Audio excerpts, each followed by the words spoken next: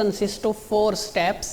Number 1 landing, number 2 attachment, number 3 penetration, number 4 lytic cycle या फिर lysogenic cycle.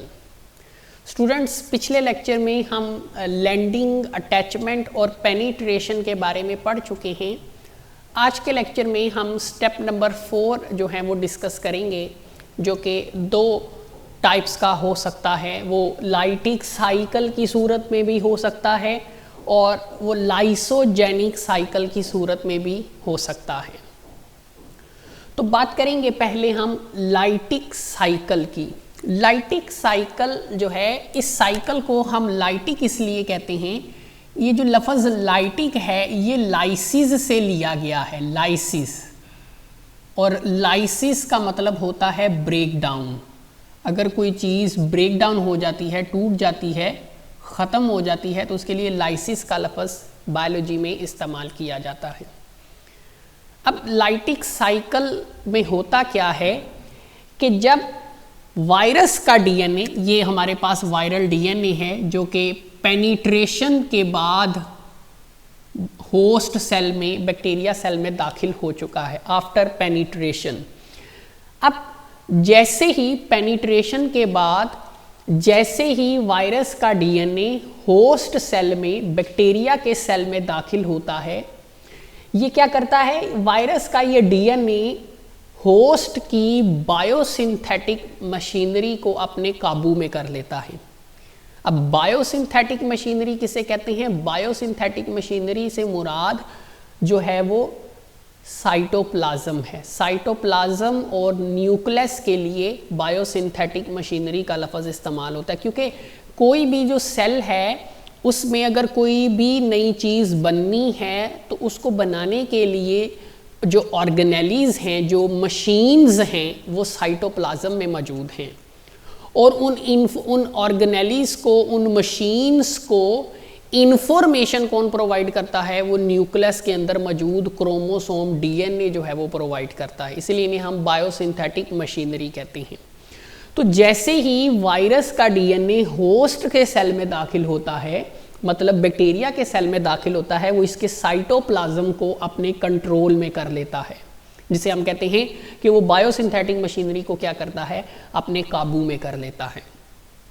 नतीजतन क्या होता है, जब ये इसके साइटोप्लाज्म को अपने कंट्रोल में कर लेता है तो उसके बाद ये क्या करता है, जब साइटोप्लाज्म को ये अपने कंट्रोल में कर लेता है तो उस साइटोप्लाज्म में मौजूद ऑर्गेनेलीज़ की मदद से अपने बॉडी पार्ट्स बनाना शुरू कर देता है। क्योंकि इस वायरस के डीएनए में वायरस के तमाम बॉडी पार्ट्स को बनाने की इंफॉर्मेशन मौजूद है, लिहाजा ये अपनी इंफॉर्मेशन उन ऑर्गेनेलीज़ को ट्रांसफ़र करता है। वो ऑर्गेनेलीज़ उसके मुताबिक वायरस के डिफरेंट बॉडी पार्ट्स जो हैं वो बनाना शुरू कर देते हैं। तो बॉडी पार्ट्स बनते हैं, बनने के बाद वो बॉडी पार्ट्स असम्बल होते हैं, इकट्ठे होते हैं। पहले जो है वो पार्ट्स बनते हैं, पार्ट्स ऑफ बॉडी बनते हैं, फिर वो बॉडी पार्ट्स आपस में इकट्ठे होना शुरू हो जाते हैं और ज्वाइन होने के बाद, इकट्ठे होने के बाद जो हैं वो आखिरकार जो हैं वो बैक्टीरिया की, जैसे जैसे ये असम्बल होते चले जाते हैं, बैक्टीरिया के अंदर बैक्टीरियोफेज वायरस की तादाद बढ़ती चली जाती है। एक टाइम आता है कि बैक्टीरिया की जो बॉडी होती है वो फट जाती है, बस्ट हो जाती है। जैसे गुब्बारे में अगर ज़रूरत से ज़्यादा हवा भरी जाए तो वो फट जाता है, बिल्कुल इसी तरह बैक्टीरिया के अंदर ये वायरस जो है वो मल्टीप्लाई होते जा रहे हैं, तादाद में इजाफा होता चला जा रहा है। एक टाइम आएगा कि इनकी तादाद इतनी ज़्यादा हो जाएगी कि बैक्टीरिया जो होगा वो फट जाएगा। बैक्टीरिया के फटने से क्या होगा, जो है वो बहुत सारे नए बैक्टीरियोफेज वायरसेस जो हैं वो बॉडी से बाहर आ जाएंगे। तो यहाँ पर तो नतीजतन इस साइक्लिक प्रोसेस में आप देखिए बैक्टीरिया की आखिर में ब्रेक डाउन हो गई है, बैक्टीरिया की बॉडी जो है वो फट गई है। इसीलिए इस साइकिल को हम लाइटिक साइकिल जो है वो कहते हैं। एक अंदाजे के मुताबिक, साइंटिस्ट के मुताबिक तकरीबन 25 मिनट में, within 25 minutes after the entry of viral DNA, इस वायरस डीएनए के होस्ट सेल में दाखिल होने के 25 मिनट के अंदर अंदर तकरीबन 200 के करीब नए बैक्टीरियोफेज वायरसेस जो हैं वो बन जाते हैं। और वो बनने के बाद जब बाहर निकलते हैं तो बैक्टीरिया की बॉडी जो है वो बस्ट हो जाती है, फट जाती है। इसको हम लाइटिक साइकिल का नाम जो है वो देते हैं। और बैक्टीरियोफेज वायरस, इस दौरान जो बैक्टीरियोफेज वायरस है उसे हम जो है वो प्रोफेज का नाम जो है वो देते हैं, प्रोफेज।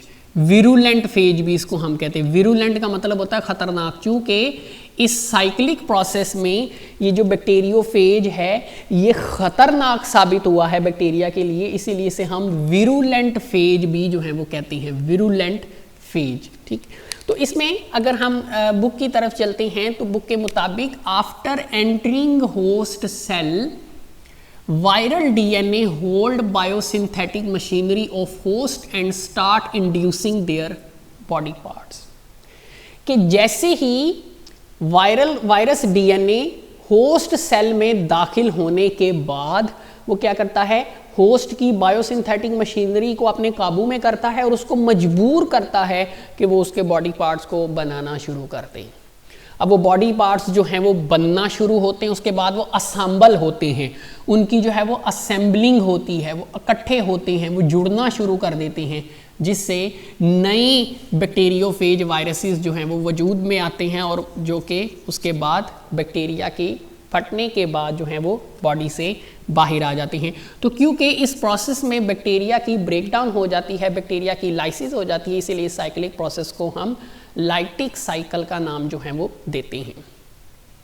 अच्छा, अब एक तो ये साइक्लिक प्रोसेस है जिसमें बैक्टीरिया की डेथ हो जाती है, लेकिन समटाइम्स ऐसा भी देखा गया है कि जब वायरस का डीएनए, तो ये वाली डायग्राम हमने दोबारा यहाँ पर ड्रॉ की है। समटाइम ये होता है कि जब वायरस का डीएनए बैक्टीरिया में दाखिल होता है तो वो उसकी बायोसिंथेटिक मशीनरी को काबू में नहीं करता, बल्कि क्या करता है, बाज़ औक़ात ये देखा गया है कि वायरस का जो डीएनए होता है वो बायोसिंथेटिक मशीनरी को काबू में करने की बजाय वो क्या करता है, वो होस्ट के क्रोमोसोम के साथ अटैच हो जाता है। जैसा कि आप यहाँ पे देख सकते हैं कि वायरस डीएनए ये होस्ट के क्रोमोसोम के साथ अटैच हो जाता है। अब तो इस केस में ये जो वायरस है इसे हम कहते हैं प्रोफेज। जैसे HIV में हमने प्रो वायरस पढ़ा था, जब वायरस का डीएनए टी लिम्फोसाइट के क्रोमोसोम के साथ अटैच होता है तो उसे हम कहते हैं प्रो वायरस। यहाँ पर प्रोफेज, यहाँ पर वायरस का डीएनए बैक्टीरिया के क्रोमोसोम के साथ अटैच होता है, इसे हम कहते हैं प्रोफेज। और ये इसी तरह जो है वो पड़ा रहता है। बैक्टीरिया जो है वो आप जानते हैं कि कुछ देर बाद बैक्टीरिया बाइनरी फिशन के ज़रिए डिवाइड करता है। बैक्टीरिया डिवाइड करेगा तो 2 बैक्टीरिया बनेंगे, तो हम देखेंगे कि दोनों बैक्टीरिया के अंदर वायरस का डीएनए मौजूद होगा। तो इस तरीके से वायरस का जो डीएनए है वो अपनी मल्टीपल कॉपीज़ भी जो है वो तैयार कर सकता है, तो अब ये इस तरह मल्टीपल कॉपीज़ जो है वो तैयार करता जा रहा है। लेकिन ये जो साइक्लिक प्रोसेस है ये किसी भी वक्त लाइटिक साइकिल में तब्दील हो सकता है। मिसाल के तौर पर ये 2 बैक्टीरिया बनते हैं, ये वाला जो बैक्टीरिया है, इस बैक्टीरिया में किसी वजह से, एनवायरनमेंट में किसी चेंज की वजह से ये जो वायरस का डीएनए है वो क्रोमोसोम से अलग हो जाता है किसी वजह से। इस प्रोसेस को हम कहते हैं induction. Due to some environmental changes, the virus DNA becomes separate from the host chromosome। उसका नतीजा क्या होगा कि जैसे ही वो सेपरेट होगा, अगेन वो बायोसिंथेटिक मशीनरी को अपने कंट्रोल में करेगा और आगे फिर से लाइटिक साइकिल जो है वो शुरू हो जाएगा। अब ये जो साइक्लिक प्रोसेस है जिसमें वायरस का डीएनए होस्ट के बायोसिंथेटिक मशीनरी को कंट्रोल में करने की बजाय उसके क्रोमोसोम के साथ अटैच हो जाता है, प्रोफेज में तब्दील हो जाता है, इस साइक्लिक प्रोसेस को हम कहते हैं लाइसोजेनिक लाइफ साइकिल। इसमें बैक्टीरिया की डेथ नहीं होती, बल्कि बैक्टीरिया नॉर्मल तरीके से रिप्रोड्यूस करता है और वायरस का डीएनए जो है वो अपने आप को मल्टीपल कॉपीज़ में तब्दील कर सकता है। लेकिन ये जो प्रोसेस है ये किसी भी वक्त जो है इंडक्शन की वजह से ये दोबारा से लाइटिक साइकिल में जो है वो तब्दील हो सकता है। ये प्रोसेस दोबारा से लाइटिक साइकिल में जो है वो कन्वर्ट होने की सलाहियत रखता है। तो ये जो है जब तक ये साइक्लिक प्रोसेस लाइसोजेनिक है तब तक जो अब जो इसमें वायरस मौजूद है, हम कहते हैं ए वीरुलेंट फेज भी उसको हम कहते हैं, क्योंकि वो खतरनाक साबित नहीं होती, क्योंकि उसमें बैक्टीरिया की डेथ नहीं होती। ठीक है कि वायरस मल्टीप्लाई करता जा रहा है बैक्टीरिया की जनरेशन्स में, लेकिन बैक्टीरिया की डेथ नहीं होती। लेकिन हमने ये भी पढ़ा कि ये साइक्लिक प्रोसेस किसी भी वक्त इंडक्शन की वजह से लाइटिक साइकिल में तब्दील हो सकता है। तो देखा ये गया है कि बाज़ औक़ात वायरस का जो डीएनए होता है, instead of holding biosynthetic machinery of host, कि बाज़ औक़ात वायरस का जो डीएनए होता है वो बजाय के होस्ट की बायोसिंथेटिक मशीनरी को कंट्रोल में करे, वो क्या करता है, वो बैक्टीरियल क्रोमोसोम के साथ इनकॉर्पोरेट हो जाता है, जुड़ जाता है। और जब ये जुड़ जाएगा तो इसको, इस कंडीशन को हम क्या नाम देंगे, it is known as prophage and start reproducing normally in the next generation. तो उसी तरह ही पड़ा रहेगा, बैक्टीरिया नॉर्मली रिप्रोड्यूस करेगा, 2 बैक्टीरिया बनाएगा, 4 बनाएगा, 8 बनाएगा, तो वो वायरस उसी तरह रहेगा, लेकिन वो मल्टीपल कॉपीज़ में जो है वो तब्दील होता चला जाएगा। अब लेकिन हाउएवर ताहम बाज़ औक़ात ये जो प्रोसेस होता है, it's separate from host chromosome and cause lysis. बाज़ औक़ात यही जो वायरस होता है, जैसे मिसाल के तौर पर इस बैक्टीरिया ने 2 बैक्टीरिया बनाए, तो इस बैक्टीरिया में किसी वजह से जो है, किसी चेंज की वजह से, जिसे इंडक्शन का नाम दिया जाता है, ये डीएनए जो है, वायरस का डीएनए ये इस क्रोमोसोम से अलग हो गया। उसने क्या किया, जैसे वो अलग हुआ, उसने बायोसिंथेटिक मशीनरी को कंट्रोल में किया इस बैक्टीरिया के, और अपने आप को लाइटिक साइकिल में कन्वर्ट कर दिया। तो इस प्रोसेस को, जिसमें जो डीएनए है वो क्रोमोसोम से अलग हो जाते हैं, इसे हम कहते हैं इंडक्शन। तो लाइसोजेनिक साइकिल किसी भी वक्त जो है वो लाइटिक साइकिल में जो है वो तब्दील हो सकता है।